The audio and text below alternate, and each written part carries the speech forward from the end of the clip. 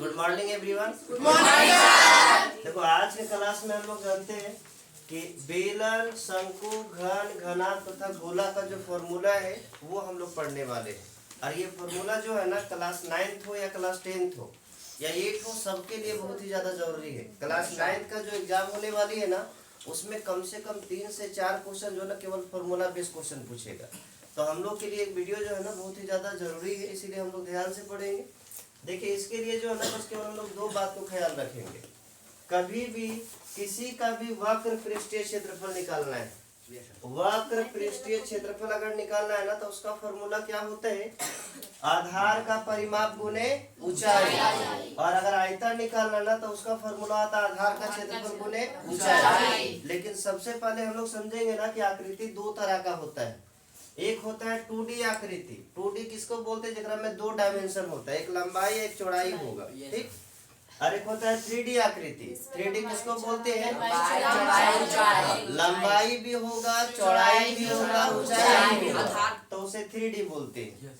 और ये 2D में 2 चीज निकाला जाता है, लंबाई चौड़ाई, या तो परिमाप निकालना रहेगा या तो क्षेत्रफल निकालना रहेगा, ठीक। 2D में 2 चीज निकालने के लिए पूछता है, या तो परिमाप या तो क्षेत्रफल।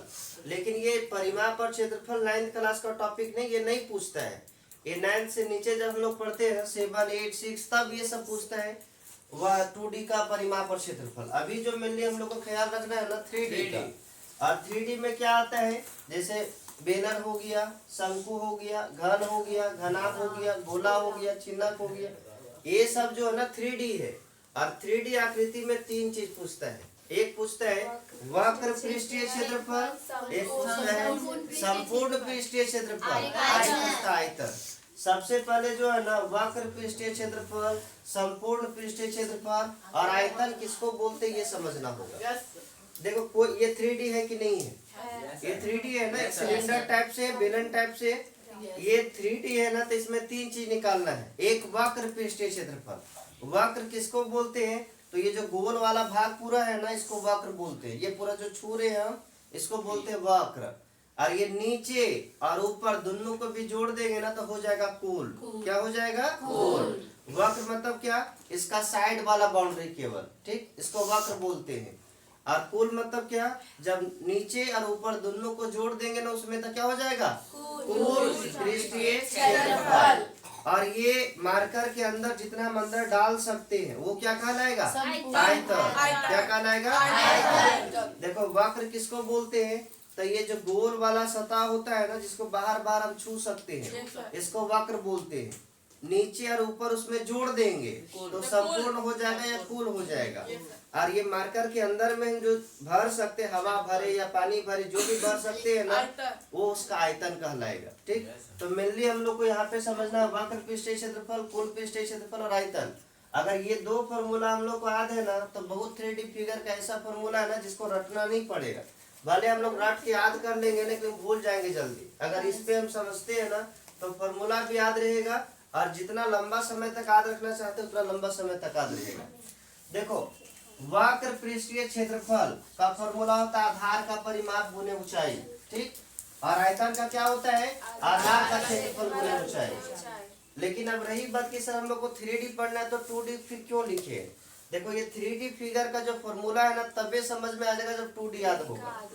2D में देखो एक पहले वृत्त, ये जो गोल वाला होता है इसको क्या बोलते हैं, वृत्त का परिमाप और वृत्त का क्षेत्रफल हम लोग पढ़े हैं ना। वृत्त का परिमाप क्या होता है, 2 पाई r, याद रखना होगा तभी उधर बनेगा। वृत्त का क्षेत्रफल क्या होता है, पाई r स्क्वायर। वर्ग का परिमाप 4 इंटू भुजा 4, ये क्या हो जाएगा, और वर्ग का क्षेत्रफल क्या हो जाएगा, और आयत का परिमाप क्या होता है 2 ब्रैकेट l प्लस b। और ये क्या होता है b, ये याद रखना है। अब देखो यहाँ पे सबसे पहले हम लोग बेलन का जानना चाहते हैं, ठीक। तो सबसे पहले बेलन का वक्र पृष्ठीय क्षेत्रफल, किसका, बेलन का वक्र पृष्ठीय क्षेत्रफल, हल्ला नहीं, देखो बेलन का वक्र पृष्ठीय क्षेत्रफल।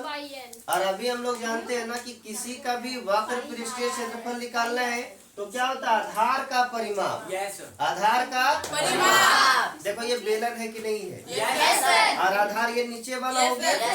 तो नीचे देखने में देखो कैसा लग रहा है, वृत्त के जैसा लग रहा है कि नहीं लग रहा है, वृत्त के जैसा लग रहा है। तब बोले आधार का परिमाप, तो आधार वृत्त के जैसा, तो किसका परिमाप, वृत्त का परिमाप। किसका परिमाप, तो आधार का परिमाप अगर लिखेंगे क्या हो जाएगा, 2 पाई आधार का परिमाप गुने ऊंचाई। ऊंचाई को क्या बोलते हैं, यच बोलते हैं ना। तो यहाँ पे अगर यच लगा देंगे ना तो ये हो जाएगा बेलन का वक्र कोई दिक्कत नहीं ना।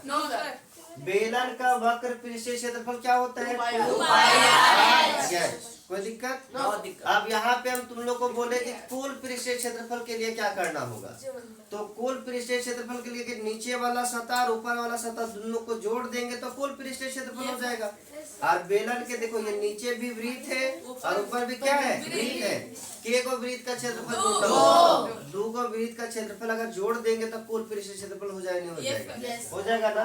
तो अगर हम मान के चलो बेलन का इसका बेलन का कुल पृष्ठीय क्षेत्रफल, बेलन का पृष्ठीय क्षेत्रफल, देखो ये वक्र वाला जो है वो रहेगा, इसी में वो ऐड होगा। ठीक, क्या होता है 2 पाई आर है, ये हो गया। अभी हम क्या बोले, वक्र में ऊपर और नीचे दोनों को जोड़ देंगे तो संपूर्ण हो जाएगा, होगा ना। तो ऊपर भी वृत्त और नीचे भी वृत्त, 2 को वृत्त का क्षेत्रफल जुड़ेगा। और देखो वृत्त का क्षेत्रफल क्या होता है, 2 पाई आर। 2 का क्या हो जाएगा, 2 पाई आर। यहाँ पे जो कॉमन निकलता है कॉमन निकाल सकते हैं। देखो 2 पाई आर कॉमन निकल जाएगा ना, क्या हो जाएगा, 2 पाई आर कॉमन निकाल दिए। यहाँ से 2 पाई आर निकल गया, क्या बचेगा, यहाँ से 2 पाई आर निकल गया तो आर 2 को एक बार बचा ना। तो ये क्या हो जाएगा, 2 पाई आर ब्रैकेट में एच प्लस आर। ये हो जाएगा बेलन का कुल क्षेत्रफल। कोई दिक्कत। अगर मान के चलो हम लोग को बेलन का आयतन जानना है, बेलन का आयतन कहाँ पे, ये 2 पाई आर स्क्वायर। देखो पाई आर स्क्वायर एगो वृत्त का क्षेत्रफल है ना, और एगो वृत्त का क्षेत्रफल और रहेगा। जैसे पाई आर स्क्वायर एक वृत्त का क्षेत्रफल हो गया और पाई आर स्क्वायर, ये दोनों को जोड़ेंगे तो ये करे कितना हो जाता है, 2 हो जाता है, तो 2 पाई आर स्क्वायर। ठीक, अब देखो बेलन का आयतन, बेलन का आयतन। और अभी हम लोग देखे ना आयतन निकालने का क्या फॉर्मूला होता है, आधार का क्षेत्रफल, आधार का क्षेत्रफल। और देखो बेलन का आधार कैसन है, वृत्त के जैसे है, तो आधार का क्षेत्रफल तो वृत्त का क्षेत्रफल है। देखो वृत्त का क्षेत्रफल क्या होता है, तो pi R square, pi R square. और गुने में ऊंचाई, ऊंचाई क्या बोलते हैं। तो देखो ये था बेलन का वक्र पृष्ठीय क्षेत्रफल, कुल पृष्ठीय क्षेत्रफल और आयतन। इसमें बोलो रखना है कि समझना है, समझना है ना। तो हम लोग 2 फॉर्मूला रखेंगे, वक्र पृष्ठीय क्षेत्रफल का और आयतन का। वक्र का क्या होता है, आधार का परिमाप गुने ऊंचाई। और आयतन का क्या होता है, लिख रहे जल्दी लिखो। अब हम लोग दूसरा किसका फॉर्मूला पढ़ने वाले हैं, शंकु का। लेकिन शंकु का फॉर्मूला याद करने से पहले हम लोग एक बात ख्याल रखेंगे। देखो ये जो फॉर्मूला है ना वक्र पृष्ठीय क्षेत्रफल और आयतन का, ये उसी में लागू होगा जिसका नीचे का सतह और ऊपर का सतह एक जैसा दिखता हो। देखो जैसे ये बेलन है, नीचे भी वृत्त ऊपर भी वृत्त, तो इसमें लागू होगा। लेकिन शंकु का अगर देखेंगे ना तो नीचे है वृत्त और ऊपर है पॉइंट के रूप में, मतलब नीचे का सतह और ऊपर का सतह बराबर नहीं, एक जैसा नहीं है, जिसके कारण ये शंकु में लागू नहीं होगा। घन में होगा, घनाभ में होगा, वृत्त में तो कोई बातें नहीं, सतह तो है ही नहीं ऊपर नीचे। ठीक, तो ये घन और घनाभ में इसी तरह से लागू होगा। लेकिन यहाँ पे हम लोग को पढ़ना भी क्या, शंकु। तो शंकु को पढ़ने के लिए जो है ना बेलन से बस रिलेट कर देंगे, बेलन से रिलेट कर देंगे तो बेलन का फॉर्मूला हम लोग को आ गया। अब बेलन से केवल रिलेट कर देंगे ना तो शंकु का अर्थ हो जाएगा। देखो बेलन का जो आयतन है बेलन का जो आयतन है ओकरा 3 से भागा दे देगा तो शंकु का आयतन हो जाएगा। बेलन का जो आयतन है उसको कितना से भागा दे देंगे? 3 से, तो शंकु का आयतन हो जाएगा। तो बेलन का आयतन तो हम लोग आते हैं, ओकरा में 3 से भागा दे देंगे, इधर आयतन हो जाएगा शंकु का। अगर यहाँ पे शंकु का आयतन लिखना है तो केवल क्या करना है? 3 से भागा दे देना, मतलब 1/3। ये किसका आयतन हो गया? शंकु का।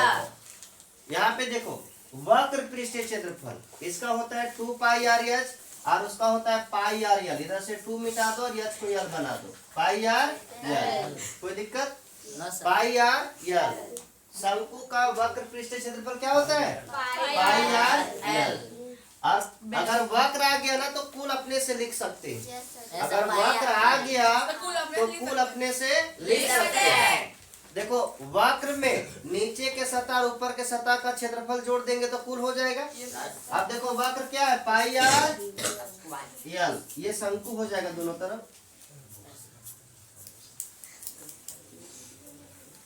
देखो ये अब यहाँ पे वक्र पृष्ठीय क्षेत्रफल हो गया। अब नीचे के सतह और ऊपर के सतह के क्षेत्रफल जोड़ देंगे। देखो नीचे कैसा दिख रहा है? वृत्त दिख रहा है ना, लेकिन ऊपर वृत्त नहीं दिख रहा। तो एक को वृत्त दिखा कि नहीं दिखा? तो एक को वृत्त का क्षेत्रफल जोड़ देंगे। वृत्त का क्षेत्रफल क्या होता है?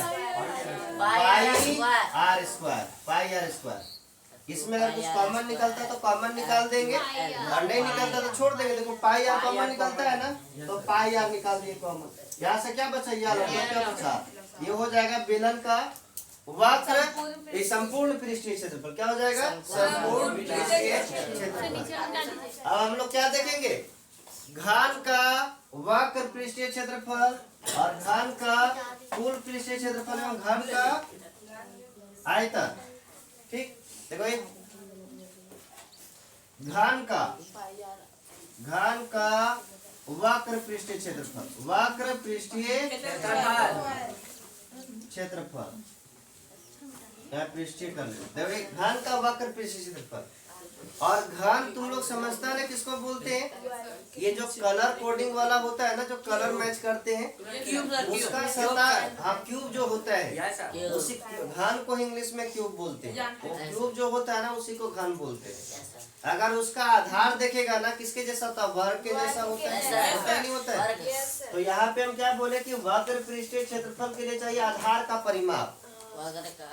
और घन का जो आधार होता है किसके जैसा होता है? वर्ग के जैसा। और यहाँ पे हम लोग जानते हैं वर्ग का परिमाप क्या होता है? तो यहाँ पे क्या लिखेंगे? आधार का परिमाप होता है 4a। ठीक, और गुने में ऊंचाई, और ऊंचाई को हम लोग जानते हैं यच बोलते हैं। लेकिन यहाँ पे यच नहीं लेंगे। क्यों नहीं लेंगे? क्योंकि देखो घन का लंबाई, चौड़ाई और ऊंचाई तीनों बराबर होता है। जितना लंबा उतना चौड़ा और उतना ही ऊंचा।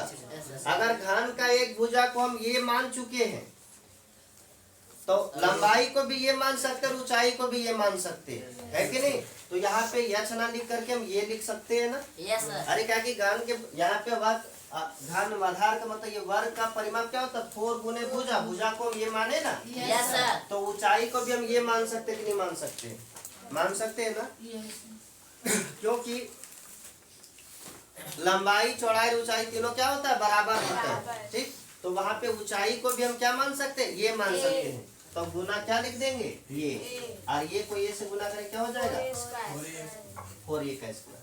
ठीक, अगर यहाँ पे हम घन का कुल पृष्ठीय क्षेत्रफल लिखेंगे, घन का कुल पृष्ठीय क्षेत्रफल।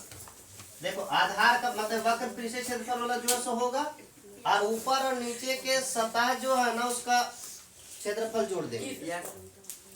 घन का नीचे भी देखेंगे तो वर्ग के जैसा दिखता है, और घन के ऊपर भी देखेंगे तो वर्ग के जैसा दिखता है।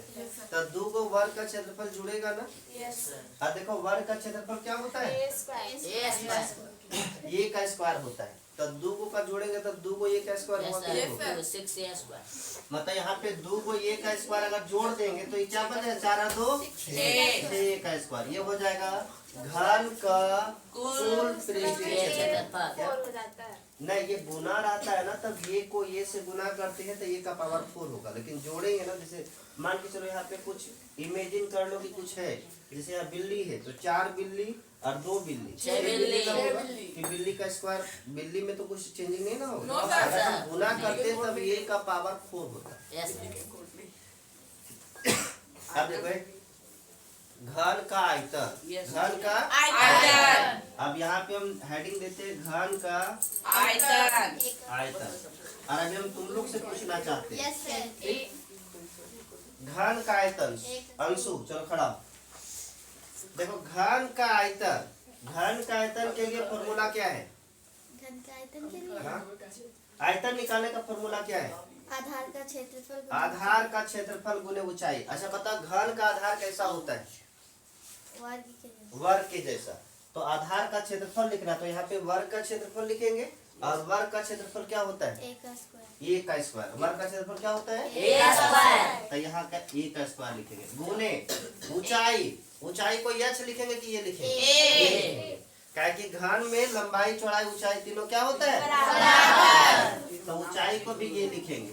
अभी दोनों को गुना करेंगे तब क्या होगा? एक का क्यूब। एक का क्यूब। क्योंकि देखो यहाँ पे गुना हो रहा है तब पावर 2 और यहाँ पावर 1 जुड़ जा रहा है। जब यहाँ 2 2 4 करना चाह रही थी ना, वो गुना में होता है। ठीक, तो ये का क्या हो जाता है? क्यूब। ये हो गया घन का बजट। घन का वक्र पृष्ठीय क्षेत्रफल, कुल पृष्ठीय क्षेत्रफल और किसी को दिक्कत? चलो मिटा दे। बना लेंगे। यस सर, मिटा दे। वीडियो में देख लेंगे। ए हल्ला नहीं कर। देखो ये, अब अगला हम लोग क्या पढ़ेंगे? वक्र, कुल एवं समबाहु आयतन। ठीक, देखो घनाभ तुम लोग देखा है ना, कॉपी कोई दे। तो भाई ये घनाभ जैसा है कि नहीं?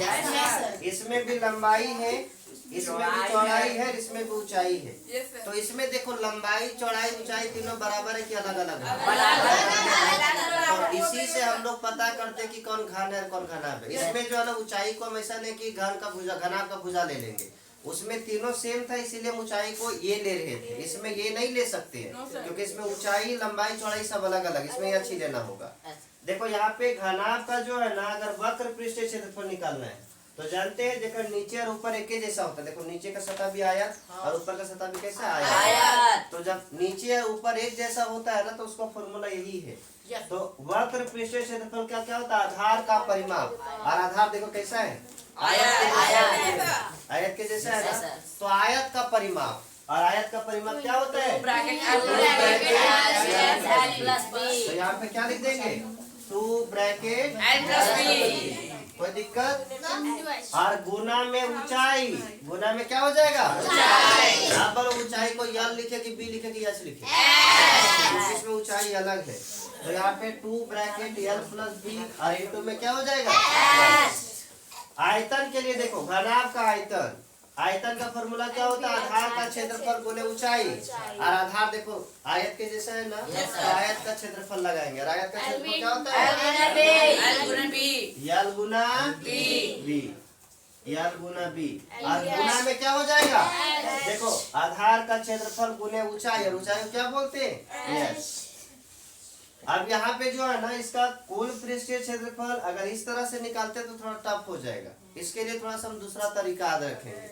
यल बी एच लिख लेंगे। क्या लिखेंगे? यल बी एच लिख लेंगे। और यहाँ पे देखो कैसे लिखेंगे? 2 ब्रैकेट में शुरू वाला दोनों यल बी प्लस फिर लास्ट वाला दोनों बी एच प्लस। देखो पहले यल बी लिखे फिर बी एच लिखे, अब लास्ट वाला ये हो जाएगा घनाभ का कुल पृष्ठीय क्षेत्रफल। घनाभ का लास्ट बचा किसका? गोला का। देखो गोला का जो है ना, यहाँ पे गोला का भी देख लेते हैं।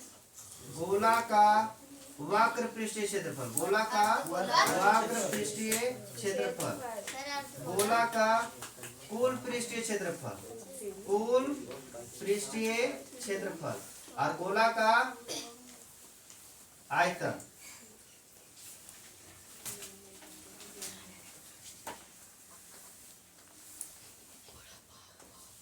चलो इधर देखेगा सब। ठीक, गोला तुम लोग पूछता है ना? अच्छा ये चोरी गोला है कि फुटबॉल? फुटबॉल।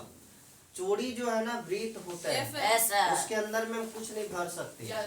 लेकिन जो बैलून होता है ना, देखो बैलून भी एगो गोला के एग्जाम्पल है, Yes. उसमें हम हवा भरते ही नहीं भरते। Yes. बात है। लेकिन तुम लोग देखा होगा ना, ना उसका ऊपर का सतह ना नीचे की सतह कुछ क्लियर पता नहीं चलता, वो पूरा गोल है। अगर ऐसे हम वक्र को छूना चाहते ना तो पूरा गोला को हम छू सकते, ऊपर कुछ बचेगा ही नहीं। जैसे कुछ है गोलाकृति तुम लोग के यस पास, सर कड़ा कड़ा नहीं, पेज है, देखो पेज में देखो पेज क्या है, नहीं वो नहीं, वो तो वृत्त हो जाएगा।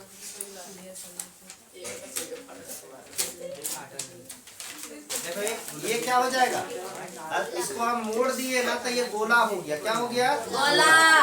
ये पूरा गोल है मान के चलो। अगर इसका हम वक्र को छूना चाहते हैं, ऐसे वक्र को छूना चाहते हैं, बोलो ऊपर नीचे कुछ बचेगा? नहीं बचेगा। तो आज रखना कि गोला का वक्र भी वही होता है जो कुल होता है।